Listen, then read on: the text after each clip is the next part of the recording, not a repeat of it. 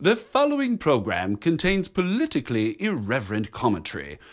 If you suffer from an exaggerated sense of self-importance, this show might not be right for you. Check with a PhD in PC, ASAP. Proclaiming the truth in the highways and byways of the world. Fighting for justice in the dark alleys of politics. Raising the voice of resistance to a fevered pitch. And he knows where to find the best and worst jail food in America. Randall Terry. Welcome, ladies and gentlemen, to a special edition of Randall Terry, the Voice of Resistance. We are broadcasting to you today from in front of the White House.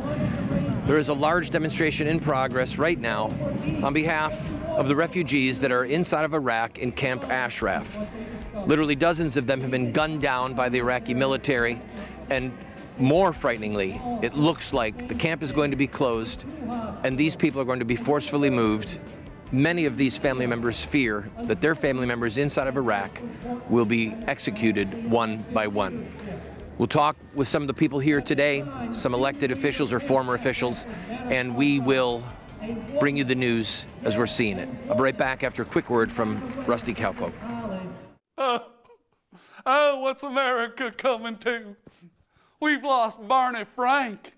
You know, that trusted congressman who was always there to make sure that we'd be a socialist nation, to enslave our kids and to debt and to the Chinese government. What are we gonna do without Paul? Barney Frank!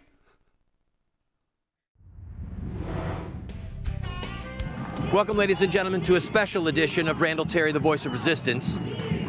The Camp Ashraf is the home of some 3,400 predominantly Iranians. There are Americans there. There are people from Europe that are there who are activists against the Ayatollah regime of Iran. They are unarmed. In fact, they actually signed an agreement with the U.S. government to give up their weapons in exchange for the protection of the U.S. government. Tragically, the U.S. government has already reneged on that commitment and has turned over their protection to the Iraqi government. Since that protection has been turned over, there have been 2 attacks on the camp by the Iraqi military, one leaving 11 civilians dead and hundreds wounded, the second leaving 36 dead with hundreds more wounded. The MEK and other political activist groups that are inside of Camp Ashraf are calling for free elections in Iran. Now, most of them are what people would call moderate Muslims. To their credit, what they are calling for is not only free elections, but the right of everyone to vote, no matter what their religious affiliation.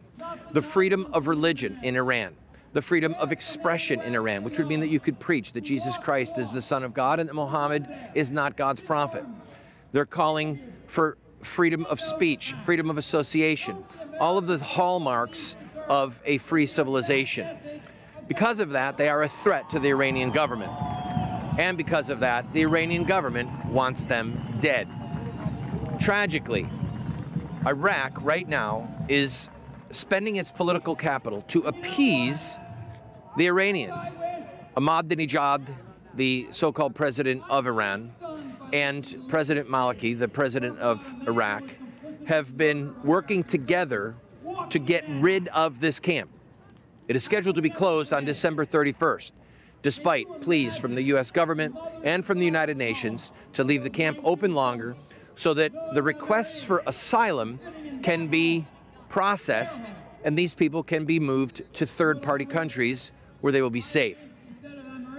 This crowd that you're looking at here is predominantly made up of people who have family members, some close, some distant relatives, but family members inside of the camp. They have much to fear.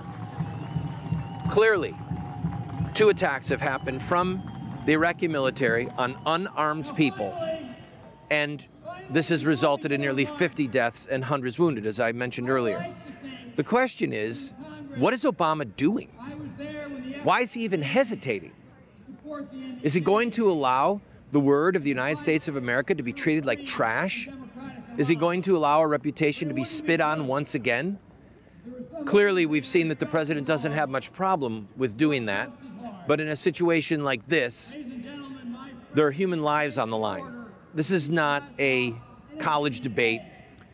This is not an esoteric question about the role that the United States plays in the world.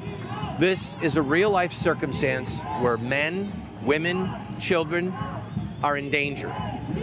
According to the press packet that we received, 52% of those that are in Camp Ashraf are women. Again, according to the press packet and confirmed by a general who spoke here earlier, these people are completely unarmed. They gave up their weapons after the United States of America committed to protect them. It's a rabbit trail worth taking on the danger of voluntarily disarming. God help these people, because they might pay a bitter price for that decision to trust the United States government. I'm going to take a quick break. When we come back, I have an interview with the former governor of Pennsylvania, as well as one of the spokesmen here, an American citizen, Iranian-born, who has family members in the camp, as they explain to us not only why they're here, but the danger that innocent men, women, and children face in Camp Ashraf because they want a free Iran. I'll be right back. The mountain roads in West Virginia are outfitted with signs that say, "Look out for fallen rocks." To which my father said, "Let the fallen rocks look out for themselves."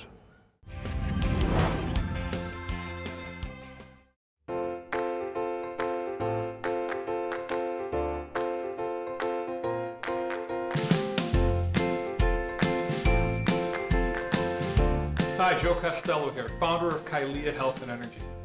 I've been making superb nutritional supplements for over 15 years, and from day one, I've partnered with Randall Terry, helping to fund his invaluable work in reclaiming our country's biblical and godly roots. I want to share with you a product that has changed hundreds of thousands of lives since its inception. Introducing the Total Living Drinks, Greens and Berry, the ultimate superfood formulas that provide you the 9 essential areas of nutrition your body needs on a daily basis. Each serving of the Total Living Drink provides the life-giving phytonutrients that come from the equivalent of 5 servings of organic vegetables and berries, enzymes for better digestion and nutrient absorption, protein for building lean muscle mass so you can burn more fat for fuel, probiotics for better intestinal function, herbs for building energy and stamina, antioxidants for maximum immune function and disease prevention, and all the vitamins and minerals you need for slowing down aging and maximum health. You would have to take 30 to 40 capsules each day and spend almost $10 a day to match the over 30,000 milligrams of total nutrition in each scoop of the Total Living Drink. Order right now and get started on the amazing Total Living Drink. They come in 2 delicious flavors, Total Living Drink Greens and Total Living Drink Berry. And every single dollar we receive, we give a generous amount to Randall Terry's organization to help further his work and further the kingdom. Visit us online at the address on your screen and receive an online discount or call the toll-free number. Call today, and for the daily price of a latte, you can get back on the road to better health and energy with Kylea's Total Living Drink.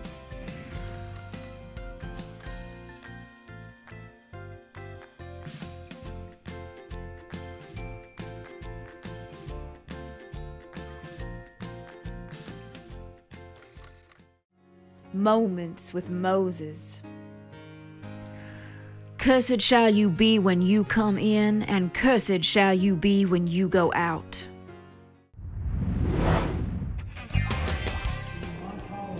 We're here in front of the White House where a large demonstration is in progress on behalf of the residents of Camp Ashraf who perhaps are imminently threatened with death. I'm with Alex, who has family members in the camp. He is going to refrain from giving us his last name to protect his family, as we understand. Alex, what do you hope to accomplish here today? We are here to save the lives of 3,400 people that are in the camp.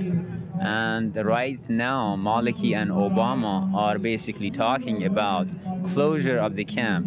We are pressing our hardest to save the people and keep the camp closed until these people are processed and turn to basically third countries. For asylum. There have been 2 attacks by the Iraqi forces, one where 11 civilians were killed and one where 36 were killed. What pretext did the Iraqi government give for attacking civilians? Iraqis are basically pressed by Iranian regime to basically extradite these people to Iran, or basically disperse them inside Iraq to be eliminated one by one. Why did the Iraqi forces attack the camp with where the 11 were killed and the 36 were killed and hundreds injured? That's a part of an agreement between Iranian regime and Nouri al-Maliki. Iranian regime wants to exert their power inside Iraq, and these 3,400 people are a part of oppositions that opposing the theocratic regime in Iran. The MEK's platform calls for free elections, freedom of religion, the end of the death sentence in Iran, the end of the Ayatollahs ruling the country, representative government, the voting rights for all people. The Iranian government thinks that's a threat to them. Oh, definitely. They have been a threat. That's why they want to eliminate them at any cost. What do you think President Obama is going to do? Well, I hope he doesn't stay silent in this regard, because silent is not really an option here. People can get slaughtered, and we gave them a promise to protect them. So we should go ahead and protect them. Right. The United States government committed to the protection of these people, but then turned over their protection to the Iraqi government in 2009. At that point, did your family members fear for their safety? Oh, definitely. There has been few attacks after that protection was transferred, unfortunately. And we are losing face in that part of the world, that we are not behind our word. You're an American citizen. Yes, I am. And last but not least, if you could say anything to our viewers, asking them for help for your family members, what would it be? Please help us, because by helping us, you are actually helping to stand based on the moral of this country that is built on. If we don't, we are basically hurting our own moral. We have to save face in the United States and abroad. One more question. How many of the people that are in the camps are women? How many of them are children? How many of them are soldiers? There are approximately 1,000 women there. There are some children, I don't know how many. There are people that are born there, raised there, and there are about 100 of them that are Americans. There are about 500 of them, I believe, that are Europeans, and there are at least 1,000 of them that they have been in prisons of Iranian regime, and they have crossed border to have a safe haven. And they have lived there for the last 30 years. All right, there are some people there that have been there since 84, 85, right? Correct. God in heaven, so there's a lot of children that have been born there. Yes, they have.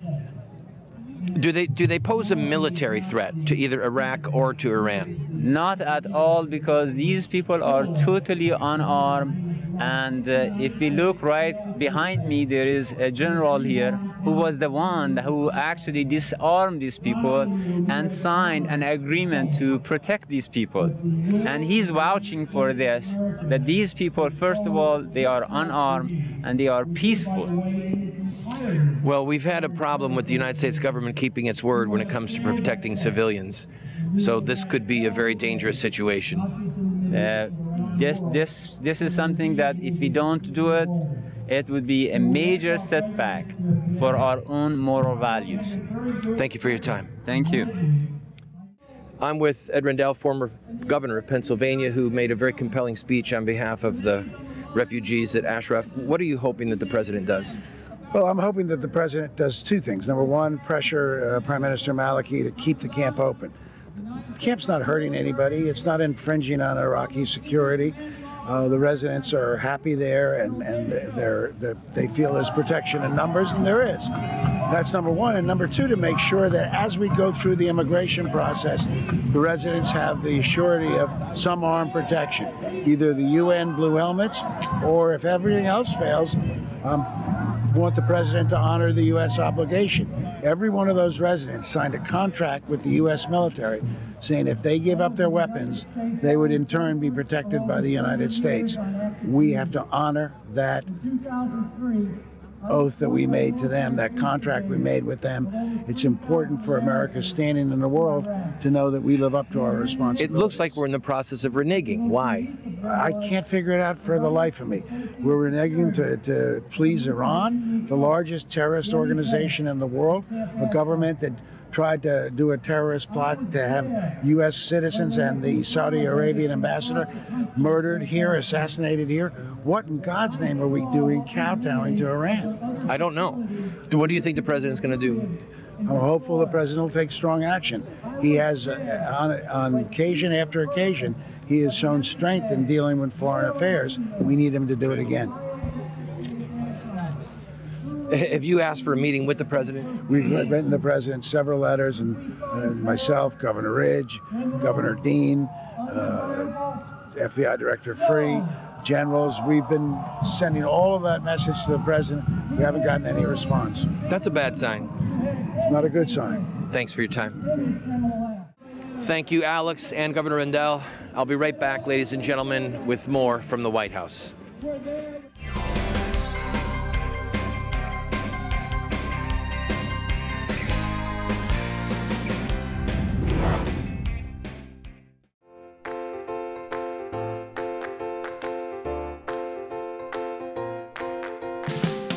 Hi, Joe Costello here, founder of Kylea Health and Energy. I want to share with you a product that has changed hundreds of thousands of lives. Introducing the Total Living Drinks, Greens and Berry, the ultimate superfood formulas that provide you the 9 daily essential areas of nutrition your body needs. Each scoop provides the life-giving phytonutrients that come from the equivalent of 5 servings of organic vegetables and berries, probiotics for better intestinal function, antioxidants for disease prevention, and vitamins and minerals for establishing maximum health. Order now and get started on the Total Living Drink. When you do, a generous gift will go to Randall Terry's organization to help further his work and further the kingdom. Order online and receive an online discount or call the toll-free number. Call today and enjoy maximum health and energy. I have no fear of the future. Let us go forward into its mysteries. Let us tear aside the veils which hide it from our eyes, and let us move onward with confidence and courage. Sir Winston Churchill. Welcome back to the program, friend. The foreign policy question, the heart of it, that is in this exact moment is this. What role do human rights play in the intervention in the internal affairs of another nation? That's it. Henry Kissinger, others have argued that what another nation does inside of its borders is its business. So the United States stood by while literally hundreds of thousands of people were brutally murdered in Rwanda. The United States, after the Iraq I war, stood by while perhaps 100,000 Kurds were brutally murdered by Saddam Hussein. Our foreign policy, tragically, is based upon oil interests, economic interests, deep water ports for our military vessels. It's not based upon human rights, it simply isn't.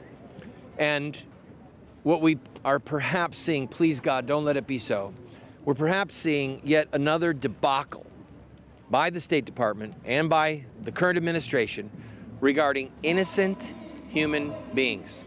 If you're a regular viewer of this program, you know the threat that I believe Sharia law and Islam, true Orthodox historic Islam, plays, or the threat that it is to the whole world, to human freedom everywhere. In this current situation, we have what one could label as unorthodox Muslims. Muslims who do not want Sharia law imposed upon the whole world. Certainly don't want it imposed in Iran. Muslims who want freedom of religion for everyone, freedom of press, freedom of speech, freedom of association. On an equal playing field of that nature, I'm convinced that Christianity would prevail over Islam because people could be free to convert. People would not be afraid of having their lives snuffed out because they denied that Muhammad is the prophet, and because they profess that Jesus is the Christ, the Son of God. The fact of the matter is this: these are innocent human beings, men, women, children, who are about to be forcefully moved to a prison camp of some sort in southern Iraq, near the Saudi Arabian border, that is literally in the middle of the desert. If that happens, the disruption that they will face is unthinkable. How many of them will die en route? What will happen to them? We don't know. But at the end of the day, Malaki is not playing to the United States. Malaki is not, or Malachi, however you want to pronounce his name, is not defending human rights. He's playing to Iran. He's appeasing Ahmadinejad and the Ayatollahs of Iran. And by the way, not only does the MEK and the political activists that are in Camp Ashraf, not only do they want a free Iran with free elections and freedom of speech and religion, etc., they want a nuclear-free Iran. They are pledged to a political process in Iran where Iran does not arm itself with nuclear weapons. That makes them, without question, a threat, philosophically, if nothing else, a threat to the current leadership of Iran. A leadership that is hell-bent on obtaining nuclear weapons. A leadership that has committed to wipe Israel off the face of the earth. So, I frankly don't have much hope for those residents. I don't have much hope that President Obama will do the right thing. There is the old adage that a broken clock is right twice a day. Maybe this is President Obama's moment. Maybe this is the moment when he'll do something right. I have little hope of that being the case, but let's see. As the former governor of Pennsylvania said in our last segment, he believes, and I agree with him, that the last court of resort for the United States of America should be the physical protection of these refugees by the U.S. military. Now, the U.S. military is scheduled to leave shortly from Iraq, and the refugees are going to be without any hope of U.S. intervention, at least on the ground, unless we have some type of another invasion. The odds of that happening are slim to none because, frankly, the United States populace, the voters of this country, don't want to see another intervention. The only reason that the U.S. would agree to the physical protection of these refugees, men, women, and children, is if video footage of their brutal deaths was broadcast around the world. But as of right now, no media is allowed in Camp Ashraf. So if there is going to be a massacre of this people, the Iraqi military, with the American military and government looking the other way, they're setting themselves up to be able to kill these people outside of the view of the world. I'll be right back with a quote from one of our founding fathers. Don't go away.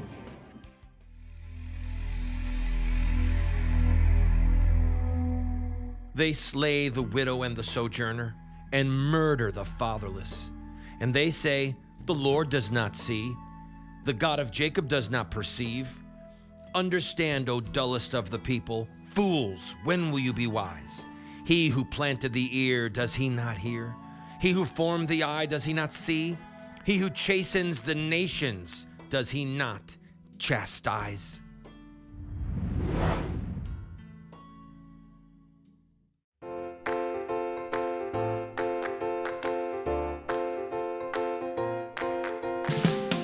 Hi, Joe Costello here, founder of Kylia Health and Energy. I want to share with you a product that has changed hundreds of thousands of lives. Introducing the Total Living Drinks, Greens and Berry, the ultimate superfood formulas that provide you the 9 daily essential areas of nutrition your body needs. Each scoop provides the life-giving phytonutrients that come from the equivalent of 5 servings of organic vegetables and berries, probiotics for better intestinal function, antioxidants for disease prevention, and vitamins and minerals for establishing maximum health. Order now and get started on the Total Living Drink. When you do, a generous gift will go to Randall Terry's organization to help further his work and further the kingdom. Order online and receive an online discount or call the toll-free number. Call today and enjoy maximum health and energy. George Washington, and forgive me because I can't give a direct quote, but George Washington spoke about a foreign policy that was based upon justice, liberty, upon goodwill to all nations, not getting involved in the squabbles of Europe as long as justice was the linchpin. We have abandoned that foreign policy. We have embraced a foreign policy that is Machiavellian, that is based upon Thucydides, the Melian dialogue. We have embraced a foreign policy that is based upon realpolitik and power, as delineated by Henry Kissinger during the Nixon years. And as a result, the United States has systematically turned its back on innocent, suffering people. The Chinese people, for example. They're suffering literally by the millions under the heel of that godless communist regime. And what do? We buy our trinkets from them, our Christmas toys, our inexpensive shoes and garments. I could go on and on down the list, but I don't have to. You already know the list. Putting American oil ahead of innocent lives. Friend, when we prosecuted the criminals of Nazi Germany, we embraced a different paradigm.